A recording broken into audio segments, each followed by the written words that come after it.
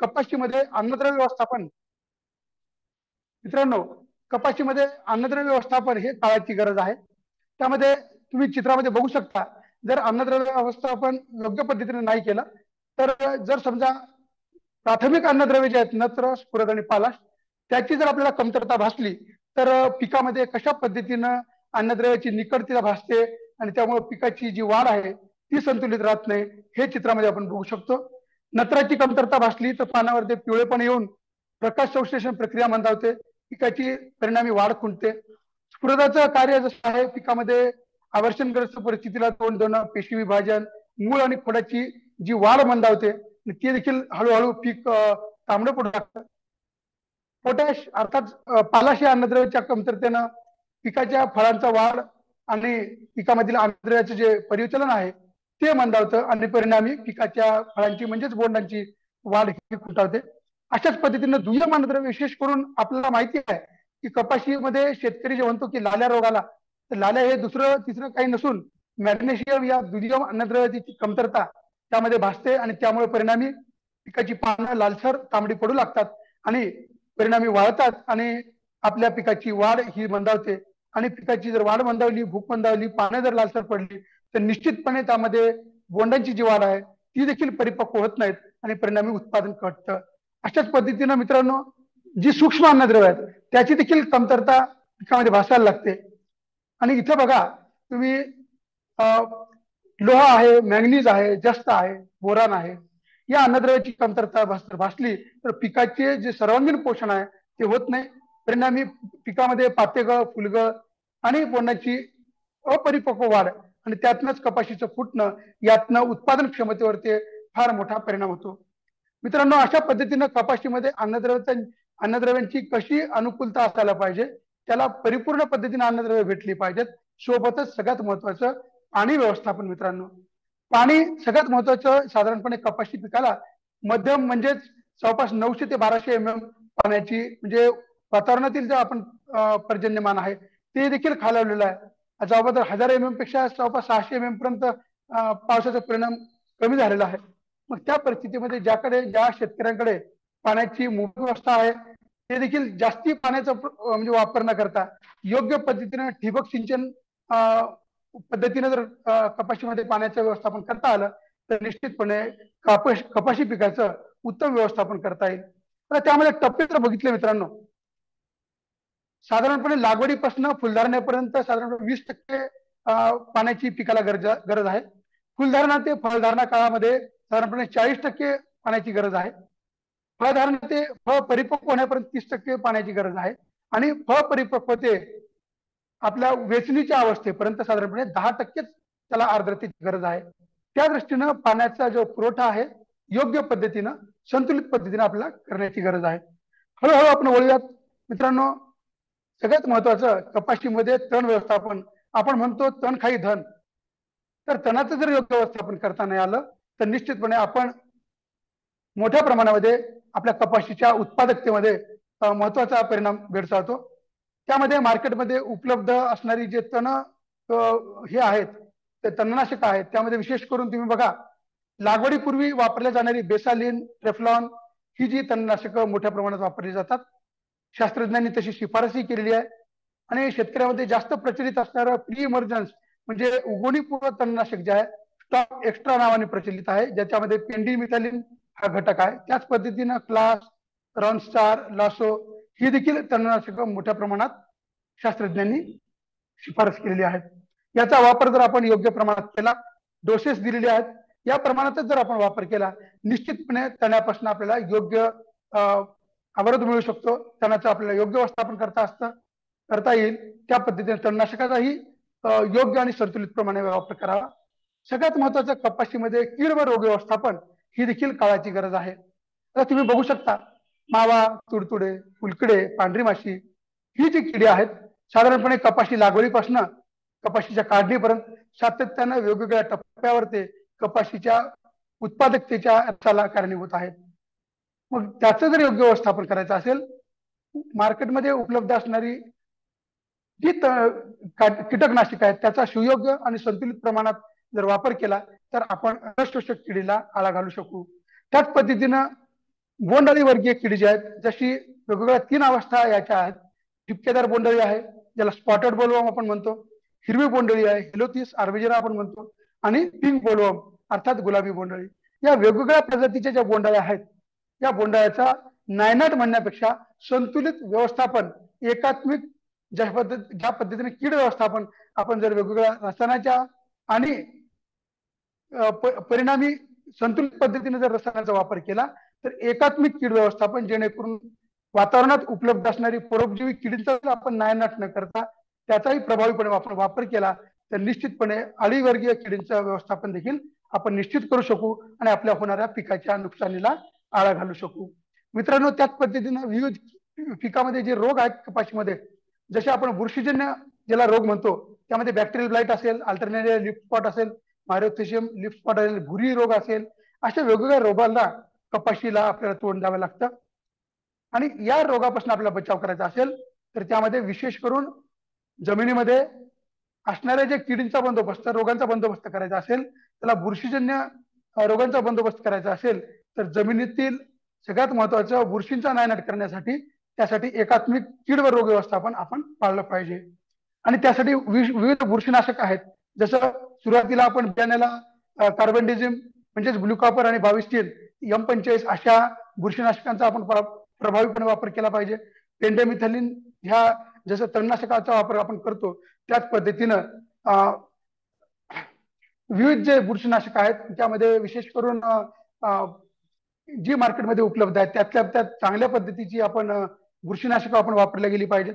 अशा पद्धतीनं कीड व रोगांचं देखील आपण व्यवस्थापन करू शकू. जसे मूळकूज आणि मर ह्या रोगांचा जर प्रभावीपणे आपण बंदोबस्त करायचा असेल तर बियाण्याचे ट्रीटमेंट, जे सीड ट्रीटमेंट ज्याला आपण म्हणतो, योग्य पद्धतीने आपण केला पाहिजे. मग यातनं आपण सगळ्यात महत्वाचं मित्रांनो, कपाशी पिकामध्ये योग्य पद्धतीने अन्नद्रव्याचं व्यवस्थापन जर करायचं असेल तर सगळ्यात महत्वाचं आपल्याला कपाशी पिकाचं अन्नद्रव्य व्यवस्थापन ही काळाची गरज आहे. तर हे करण्यासाठी आपल्याला 1 मिनिटाचा वेळ द्या. Hello sir. हा बोला सर. तर आपल्याला दुसरी पीपीटी शेअर करायची होती, प्लीज. चालेल ना, म्हणजे ही पीपीटी संपली आहे का? हो हो. ठीक आहे, ही पीपीटी क्लोज करा आणि दुसरी ओपन करा आणि शेअर करा, काय अडचण नाही. ओके. तर 1 मिनिट शेतकरी बंधूंनो.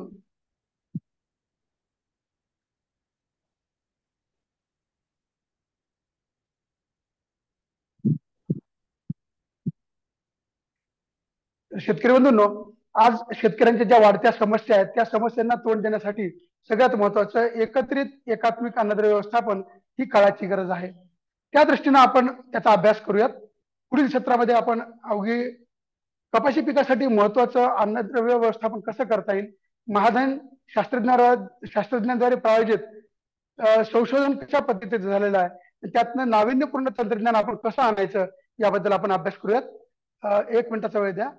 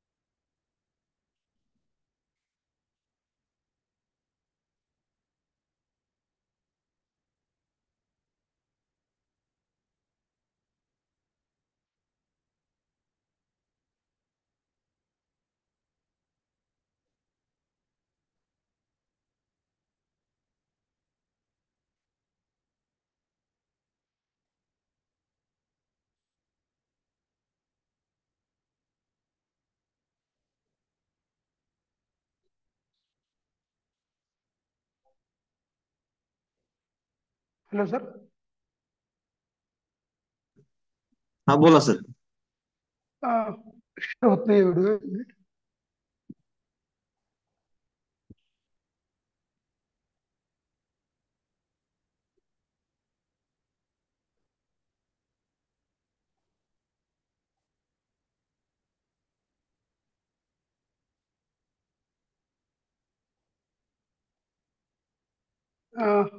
एक सेकंदाचा व्यत्यय येतोय.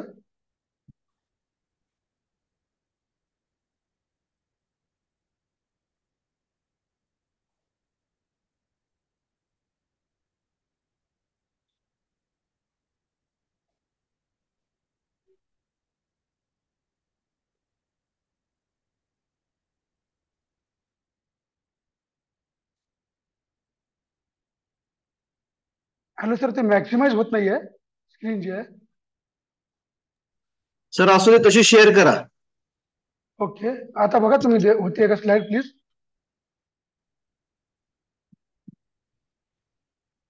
ते शेअर स्क्रीन वरती क्लिक केली का सर तुम्ही? नाही, स्क्रीन मला म्हणजे झूमची स्क्रीन दिसत नाहीये.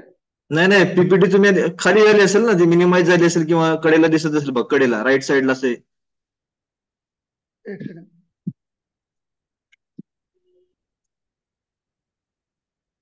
हा, ओके.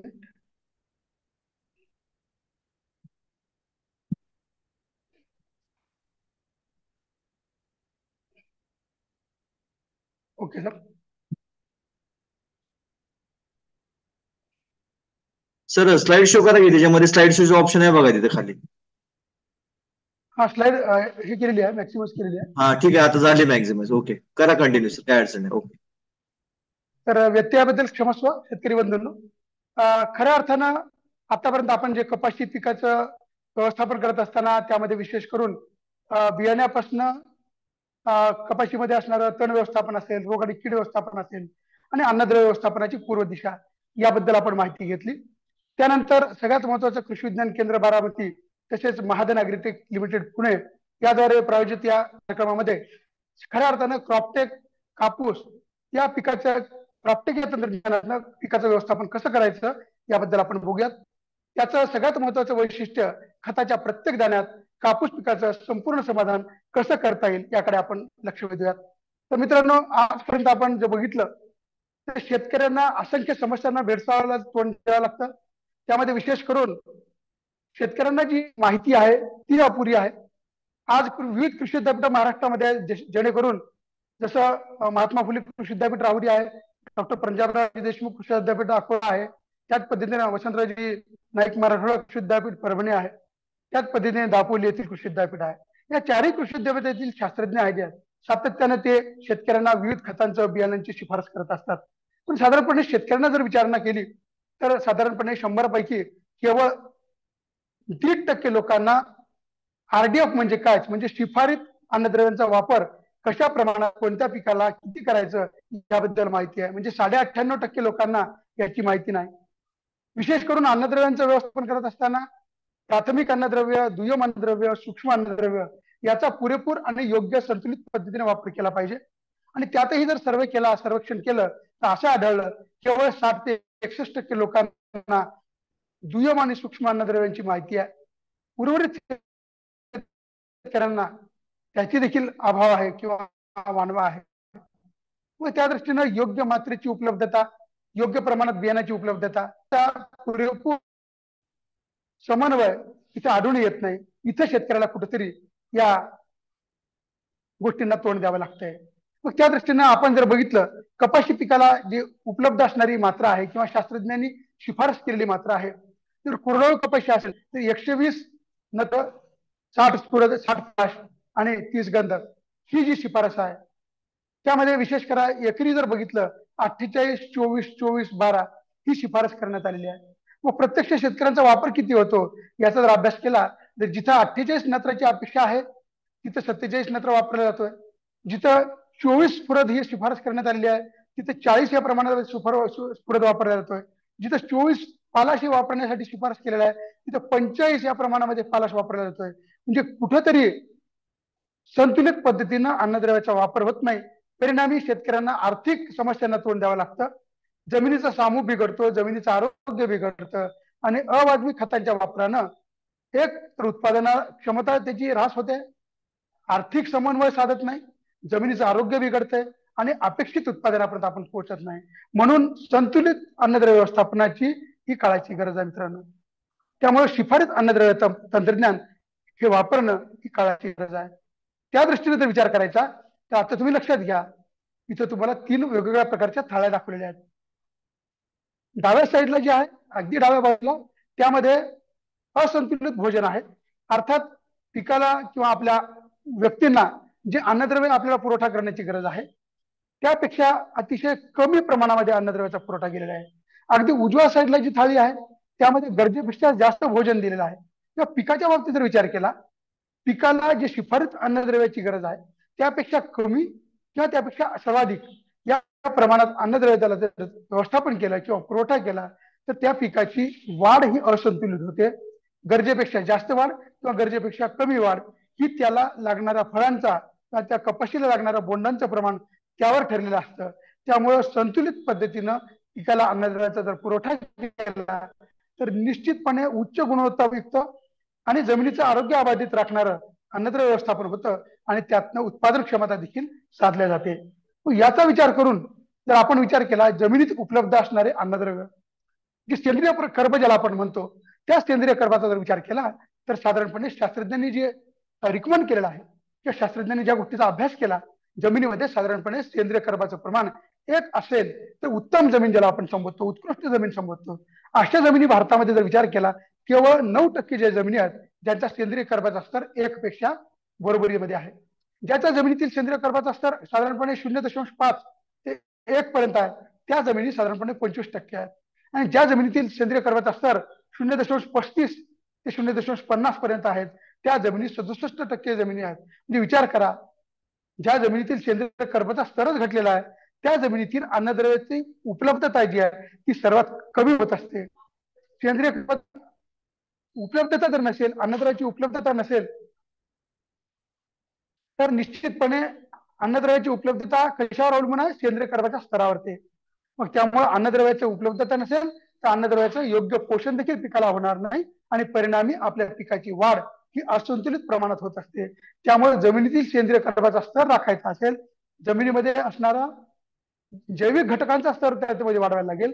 त्यामुळे रासायनिक घटकांचा संतुलित प्रमाणात वापर करणं ही काळाची गरज आहे. याचाच परिणाम म्हणून की काय, त्यामध्ये ही काळाची गरज आहे. पिकामध्ये एक नाविन्यपूर्ण तंत्रज्ञान आणणं गरजेचं आहे. त्यामुळे संतुलित अन्नद्रव्य व्यवस्थापन करणं ही काळाची गरज आहे मित्रांनो. त्या दृष्टीनं पिकाला महत्वाची 4 मंत्र मी तुम्हाला देतोय. सगळ्यात महत्वाचं, पोषक अन्न घटकांचा योग्य स्रोत, योग्य मात्रा, योग्य ठिकाण आणि पिकाच्या वाढीचा योग्य टप्पा. ज्या ज्यावेळी आपण रासायनिक कीटकनाशकांचा खतांचा वापर करतो त्यामध्ये त्याचा स्रोत, राईट सोर्स ज्याला आपण म्हणतो ते आपण निवडलं गेलं पाहिजे. योग्य मात्रा, शिफारस पद्धतीनं शास्त्रज्ञांनी जी शिफारस केलेली आहे प्रति एकरी जो डोस दिलेला आहे कपाशीच्या बाबतीत 120, 60, 60, 30 नत्र, स्फुरद, पालाश आणि गंधक. जर ओलिताखालील कपाशीला विचार केला 150 नत्र, 75 स्फुरद, 75 पालाश आणि 30 गंधक या प्रमाणात आपण योग्य मात्रा वापरल्या गेली पाहिजे. योग्य ठिकाण, सगळ्यात महत्वाचं कपाशीमध्ये विचार करा, शेतकरी एक ज्याचं क्षेत्रफळ कमी आहे कपाशीचं तो बांगडी पद्धतीनं किंवा आळे पद्धतीनं खत देतो, एक शेतकरी सरीमार पद्धतीने सरीच्या बगलेला खत देतो, एक शेतकरी पेरून खत देतो. मग ज्या भागातील प्रचलित पद्धतीचा वापर आपण केला तर पिकाच्या मुळापासून 4 ते 6 इंच अंतरावर ते खत पडलं गेलं पाहिजे. त्यामुळे खत देण्याचे योग्य ठिकाण हे देखील महत्वाचं आहे. आणि पिकाच्या वाढीचा योग्य टप्पा, ह्या गोष्टी जर आपण तंतोतंत वापर करायचा असेल तर पहिला खताचा जो डोस आहे आपण बेसल डोस म्हणतो, लागवडीच्या वेळी पहिली मात्रा, फुलधारणेच्या काळात म्हणजेच कपाशी लागवडीनंतर साधारणपणे 25 ते 30 दिवसांनी दुसरी मात्रा आणि साधारणपणे कपाशी लागवडीनंतर 45 ते 50 दिवसांनी पहिलं पातळ बोंडामध्ये ज्यावेळेस रूपांतरित होतं त्यावेळेस तिसरा टप्पा. अशा पद्धतीने बेसल डोस फुलधारणा काळामध्ये आणि फळधारणा काळामध्ये, पहिल्या काळाच्या काळामध्ये आपण जर योग्य पद्धतीने पिकाच्या वाढीचा योग्य टप्पा जोपासला तर निश्चितपणे अन्नद्रव्याचं व्यवस्थित उत्पादन आणि व्यवस्थित व्यवस्थापन करण्याला आपण यशस्वी होऊ. याशिवाय दुसरा कुठला महत्वाचा मंत्र नाही. त्यामुळे आपण 4 मंत्र परत एकदा अभ्यासूयात. पोषक अन्न घटकांचा योग्य स्रोत, योग्य मात्रा, योग्य ठिकाण आणि पिकाच्या वाढीचा योग्य टप्पा, हे जर करण्यात आपण जर यशस्वी झालो, या 4 मंत्रांचा वापर करून आपण कापूस पिकाचं संतुलित अन्नद्रव्य व्यवस्थापन करून साधू शकतो. हे करत असताना मित्रांनो, महाधन या नाविन्यपूर्ण तंत्रज्ञानाची महाधनने नांदी घातलेली आहे. महाधनने एक नाविन्यपूर्ण आगळं वेगळं उत्पादन बाजारात आणलेलं आहे, त्याचं नाव क्रॉपटेक. क्रॉपटेक हे तंत्रज्ञान कापूस पिकास डोळ्यासमोर ठेवून बनवण्यात गेलेलं आहे. हे अतिशय अद्ययावत तंत्रज्ञान युक्त खत आहे. यामध्ये विशेष करून 8 अन्नद्रव्यांचा समावेश आहे. मित्रांनो, यामध्ये मुख्य अन्नद्रव्य नत्र, स्फुरद आणि पालाश, दुय्यम अन्नद्रव्य मॅग्नेशियम आणि सल्फर, त्याच पद्धतीनं सूक्ष्म अन्नद्रव्य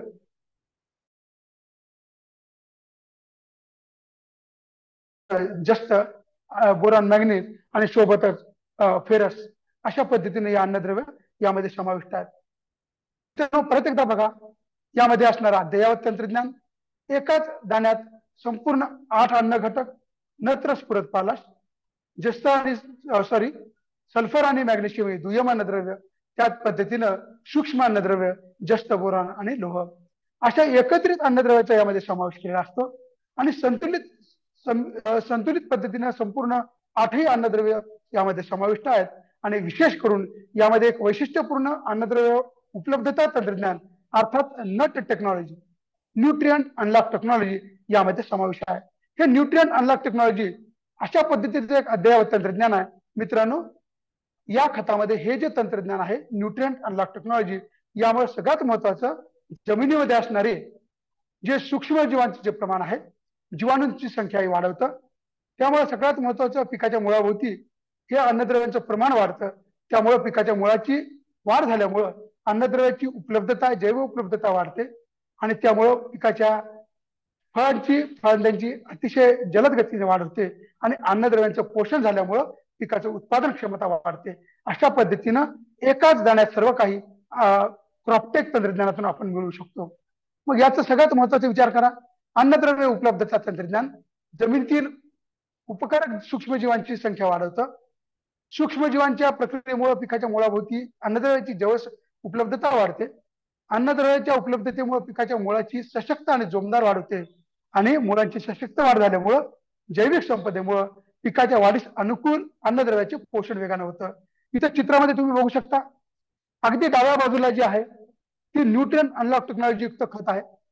दुसरं सेंटरला जे आहे ते रेग्युलर फर्टिलायझर आहे आणि ए जे दाखवलेलं आहे ते अतिशय कंट्रोल फर्टिलायझर, म्हणजे शेतकऱ्यांच्या पद्धतीनं खतांचा वापर आहे. त्यामुळे न्यूट्रिएंट अनलॉक टेक्नॉलॉजीचा जर वापर केला तर निश्चितपणे जैव उपलब्धता वाढून, जमिनीतील सेंद्रिय कर्बाची वाढ होऊन, मुळांची सघन वाढ होऊन पिकाची उत्पादकता वाढीस आणि पिकाची गुणवत्ता वाढीस आपण कारणीभूत ठरू. त्यामुळे क्रॉपटेक या तंत्रज्ञानाचा वापर आपण जरूर केला पाहिजे मित्रांनो. त्यामुळं या क्रॉपटेक तंत्रज्ञानाच्या वापरातून कपाशी पिकामध्ये आपण काय साधू शकतो हे आपण बघूयात. कपाशी पिकामध्ये क्रॉपटेक तंत्रज्ञानाचा वापर केला तर निश्चितपणे प्रति झाड 2 ते 3 फळपांड्या वाढून मिळतात. प्रति कपाशीच्या झाडावरील बोंडाच्या संख्येमध्ये 10 ते 15 वाढ होते आणि सगळ्यात महत्वाचं बोंडाच्या वजनामध्ये 7% वाढ होते आणि कपाशीच्या प्रति एकरी उत्पादन क्षमतेमध्ये 15% वाढ होते. अशा पद्धतीने कपाशी पिकावरील अतिरिक्त गुंतवणुकीवरती मिळणारा अतिरिक्त नफा हा 15%हून अधिक, म्हणजेच कपाशी पिकामध्ये आपण क्रॉपटेक तंत्रज्ञानातून प्रति 1 रुपया अधिकचा आपण जर गुंतवला तर निश्चित मिळणारा नफा हा 1 रुपयामागे 15 रुपये निश्चितपणे आपण नफा मिळू शकू. अशा क्रॉपटेक तंत्रज्ञानाचा आपण वापर करा, हे महाधन आणि कृषी विज्ञान केंद्र बारामती आपल्याला शिफारस करीत आहे. व याचा वापर आपण किती केला पाहिजे, प्रति एकरी कसा वापर केला पाहिजे, याचे अधिक फायदे काय आहेत. सगळ्यात महत्वाचं, क्रॉपटेकच्या वापरातून खताची हाताळणी ही कमीत कमी राहणार आहे, कारण यामध्ये प्रत्येक दाण्यामध्ये 8 अन्नद्रव्य समाविष्ट आहे. वापरायला अतिशय सोपा आहे, कारण याच्या प्रत्येक दाण्यामध्ये 8 अन्नद्रव्य, त्यासोबत न्यूट्रिएंट अनलॉक टेक्नॉलॉजी आहे. इतर विविध खतं खरेदी करायची गरज नाही. प्रत्येक रोपाला संतुलित अन्नद्रव्याचा पुरवठा होतो. जमिनीचा जो पोत आहे तो दीर्घकाळ टिकून राहतो, जमिनीचं आरोग्य टिकून राहतं. हे देखील या क्रॉपटेकचे फायदे आहेत मित्रांनो. त्याच पद्धतीनं इतर अन्नद्रव्य जे आहेत, एकत्रित अन्नद्रव्याचा समावेश असल्यामुळं संतुलित पोषण हे काळाची गरज आहे ते देखील यातनं होतं. आणि यामध्ये सगळ्यात महत्वाचं, प्रति एकरी आपल्या कपाशीला जो डोस सांगितलेला आहे त्या डोसचा वापर आपण क्रॉपटेक तंत्रज्ञानातून कसा करायचा हे बघूयात. आपण बघितलं ओलिताखेल कपाशीला 60-30-30-12 हे कृषी विद्यापीठांनी शिफारस केलेला गुणोत्तर आहे प्रति एकरी. हेक्टरी जर विचार केला तर 150-75-75-30 हे आपण यातनं शिफारस साधतो.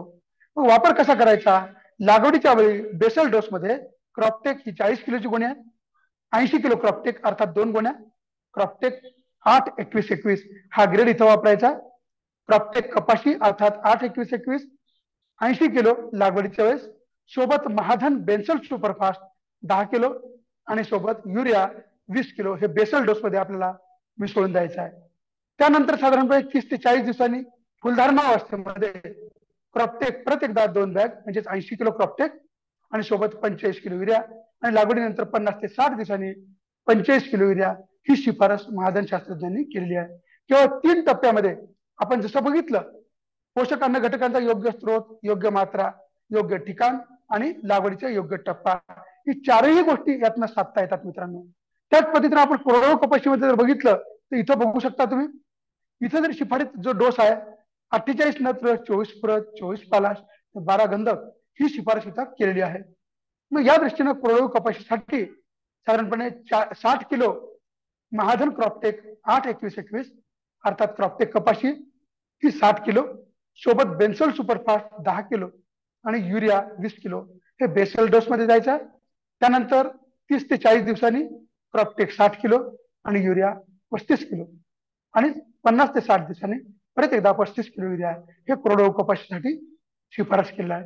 मग या शिफारस तंत्रज्ञानाचा अवलंब जर क्रॉपटेक पद्धतीने केला तर निश्चितपणे त्यानंतर आपल्याला फवारणीत देखील आपण महाधन 19-19-19 5 ग्राम प्रति लिटर आणि महाधन शाईन 2 मिली प्रति लिटर हे 30 ते 40 दिवसांनी आपण फवारणीतनं वापरू शकतो. त्याच पद्धतीने 40 ते 50 दिवसांनी फुलधारणा अवस्थेमध्ये महाधन फ्लावरिंग स्पेशल 9-27-18 5 ग्राम प्रति लिटर या प्रमाणामध्ये याची फवारणी करायची आहे. हीच फवारणी परत एकदा 60 ते 70 दिवसांनी महाधन फ्लावरिंग स्पेशल 9-27-18 5 ग्राम प्रति लिटर अशी फवारणी आपण 2 वेळेला आपण घेतली तर निश्चितपणे फुलगळीला आपण आळा घालू शकू असं निश्चितपणे महाधनचे शास्त्रज्ञ सांगतात. मित्रांनो याच पद्धतीनं आपण म्हणाल की ही जे शास्त्रज्ञांनी शिफारशी केलेल्या आहेत या शिफारशीला नेमके पुरावा का आहे? कृषी विज्ञान केंद्र बारामती असेल, महाराष्ट्रातील विविध कृषी विद्यापीठ असतील आणि महाधनचे शास्त्रज्ञ यांनी एकत्रित केलेल्या चाचण्यातून असा अहवाल निष्कर्षाप्रत आलेला आहे. या महाधनच्या क्रॉपटेक खताचा शेतकऱ्यांच्या प्रचलित पद्धतीसोबत अभ्यास ज्यावेळेस केला त्यास निश्चितपणे झाडाच्या उंचीमध्ये साधारणपणे 6% वाढ लक्षात आलेली आहे. झाडातील फुलपातीच्या संख्येमध्ये 10% वाढ या अभ्यासात निष्कर्षाप्रत आलेली आहे. फळफांद्याच्या संख्येमध्ये 15% वाढ या अभ्यासातून निष्कर्षाप्रत आलेली आहे. बोंडाच्या संख्येमध्ये तुम्ही बघू शकता इथे चित्रामध्ये 11% वाढ ही निष्कर्षात आलेली आहे. सरासरी बोंडाच्या संख्येत 8% वाढ, बोंडाचे सरासरी वजन 7% वाढ आणि त्या पद्धतीनं सरासरी एकरी कपाशीच्या उत्पादनामध्ये 12 ते 15% वाढ ही निष्कर्षाप्रत आलेली आहे मित्रांनो. अशा पद्धतीनं क्रॉपटेकच्या तंत्रज्ञानातनं निश्चितपणे 15% वाढ ही शास्त्रज्ञ शिफारशीतनं आणि प्रत्यक्ष चाचणीतनं हे तुम्हाला लक्षात येतं. मग इथे तुम्ही बघू शकता हे प्रचलित पद्धतीने जे प्रयोग घेण्यात आलेले आहेत या प्रयोगाचे हे निष्कर्ष आहेत मित्रांनो. मग अशा पद्धतीनं यातनं निष्कर्ष काय लक्षात आले? प्रत्येक फांद्यांच्या संख्येमध्ये कपाशीच्या झाडावरील फांद्यांच्या संख्येमध्ये 2 ते 3 फळफांद्या प्रति झाड हे निष्कर्षात आलेले आहेत. बोंडांच्या संख्येमध्ये 10 ते 15 प्रति झाडावरील वाढ निष्कर्षात आलेली आहे. बोंडाच्या वजनामध्ये 7% वाढी ही निष्कर्षात आलेली आहे आणि एकरी उत्पादनामध्ये 15% वाढ ही हमखास आपण शेतकऱ्यांना शिफारस केलेली आहे. मग त्याच पद्धतीने इथे तुम्ही प्रत्यक्ष चित्रामध्ये देखील बघू शकता बोंडाच्या संख्येत कशी वाढ झालेली आहे, प्रति झाडावरील बोंडांच्या वजनात कशी वाढ झालेली आहे, प्रति झाडावरील एकूण उत्पादनामध्ये प्रति एकरी कशी वाढ झालेली आहे. हे क्रॉपटेकचं सगळ्यात महत्वाचं हे द्योतक आहे. अशा पद्धतीने आपण महाधन क्रॉपटेक तंत्रज्ञानाचा वापर करून निश्चितपणे 12 ते 15% उत्पादन आपण मिळवू शकतो. हे क्रॉपटेक तंत्रज्ञानाचं द्योतक आहे. त्याच पद्धतीने जमिनीचं आरोग्य आहे, जमिनीची उत्पादकता आहे, याचा आपण सर्वांगीण विकास आपण क्रॉपटेकच्या तंत्रज्ञानातून करू शकता. त्यामुळे आपण येणाऱ्या हंगामामध्ये आपल्या कपाशी पिकासाठी कपाशी पिकाचं एकात्मिक रोग आणि कीड व्यवस्थापन, एकात्मिक अन्नद्रव्य व्यवस्थापन हे क्रॉपटेक तंत्रज्ञानातून करू शकतो. त्यासाठी आपण क्रॉपटेक या तंत्रज्ञानाचा वापर, शिफारित अन्नद्रव्य व्यवस्थापन तंत्रज्ञानाचा वापर आपण करूयात आणि सुजलाम सुफलाम आपल्या भूमीसोबत आपली उत्पादकता, आपल्या पिकाची गुणवत्ता वाढवूयात. यासोबतच महाधन तंत्रज्ञानाचा वापर करून आपण निश्चितपणे आपली उत्पादन क्षमता वाढवूयात. आणि इथे तुम्ही बघू शकता प्रत्यक्ष क्रॉपटेक तंत्रज्ञानाचा वापर करून शेतकरी 12 ते 15% उत्पादन क्षमता मिळवतो आणि त्यातनं एकरी 6 ते 7 हजार म्हणजे 6,500 उत्पन्न वाढीमध्ये आपण चालना मिळू शकतो. तर आपल्याला बारामती येथील कृषी विज्ञान केंद्राने जी सहायता केली, मग त्यांनी या क्रॉपटेक तंत्रज्ञानाला प्रसारासाठी हे जे प्लॅटफॉर्म उपलब्ध करून दिला, त्याबद्दल मी बारामती येथील कृषी विज्ञान केंद्राचा ऋणी आहे. तर मित्रांनो, आपले काही प्रश्न असतील तर आपण इथं निश्चित मांडू शकता आणि यातनं आपण उजळणी रूपी निश्चितपणे आपण सांगू शकतो. त्यातनं आपण जो आज अभ्यास केलेला आहे, शेतकऱ्यांना भेडसावण्याच्या असंतुलित खतांचा अविवेकी वापर शेतकरी ज्या पद्धतीने करू लागले आहेत, त्याला कुठेतरी आळा घालता येईल का? असंतुलित अन्नद्रव्य पोषणाचा जमिनीच्या आरोग्यावर काय परिणाम होतो, काय दुष्परिणाम होतो, याचा आपण अभ्यास केला. संतुलित अन्नद्रव्य पोषणाचे फायदे काय आहेत, पिकाच्या गुणवत्तेवर त्याचा काय अनुकूल परिणाम होतो, याचा आपण अभ्यास केला. आणि क्रॉपटेक तंत्रज्ञानाची शिफारस आणि त्याचे फायदे याचाही अभ्यास केला. आणि त्यातनं काय फायदा लक्षात आला?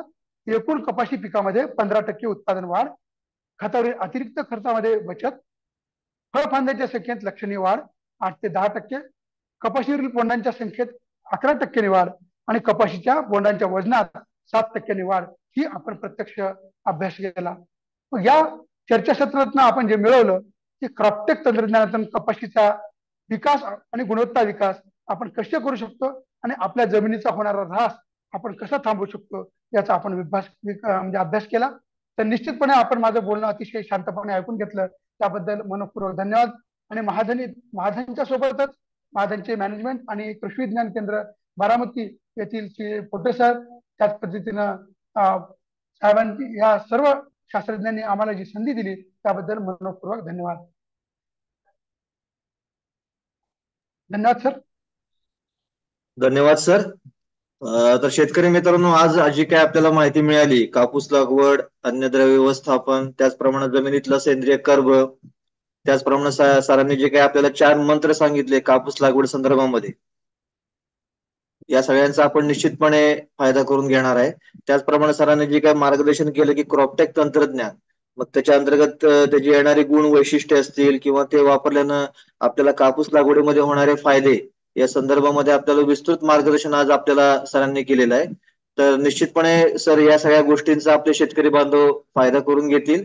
शेतकरी बांधवांनी या संदर्भात जर काय अडचण असेल आपल्याला, तर जे काही महादानचे एक्सपर्ट्स आहेत, तज्ञ आहेत, ते देखील आपल्याकडे कृषी विज्ञान केंद्रामध्ये उपलब्ध आहेत. त्यांची देखील आपण मदत घेऊ शकता. त्याप्रमाणे कृषी विज्ञान केंद्राचे जे काही आणखी तज्ञ आपले वेगवेगळे आहेत त्या त्या विषयातले, त्यांची देखील आपण या संदर्भामध्ये मदत घेऊ शकता. तर परत एकदा धन्यवाद व्यक्त करतो सर की आपण आपला वेळ दिलात आणि आपल्या शेतकरी बांधवांना आज आपण कापूस लागवड आणि क्रॉपटेकद्वारे संतुलित पोषण व्यवस्थापन या संदर्भामध्ये मार्गदर्शन केलं. तर शेतकरी बांधवांनो, पुढचा जो काही आपला विषय असेल त्या संदर्भामध्ये आपल्या कृषी विज्ञान केंद्राच्या फेसबुक पेजवरती आपण त्याप्रमाणे जो काही आपली माहिती असेल ती सगळी दिली जाईल. तर कृपया सर्वांनी आपलं KVK बारामतीचं फेसबुक पेज लाईक करावं, शेअर करावं व त्या ठिकाणी आपल्याला सर्व माहिती मिळू शकेल. परत एकदा धन्यवाद व्यक्त करतो आणि हा कार्यक्रम आपला आज संपला इथंच असं जाहीर करतो. धन्यवाद. धन्यवाद धन्यवाद सर. सर. धन्यवाद शेतकरी बंधूंनो.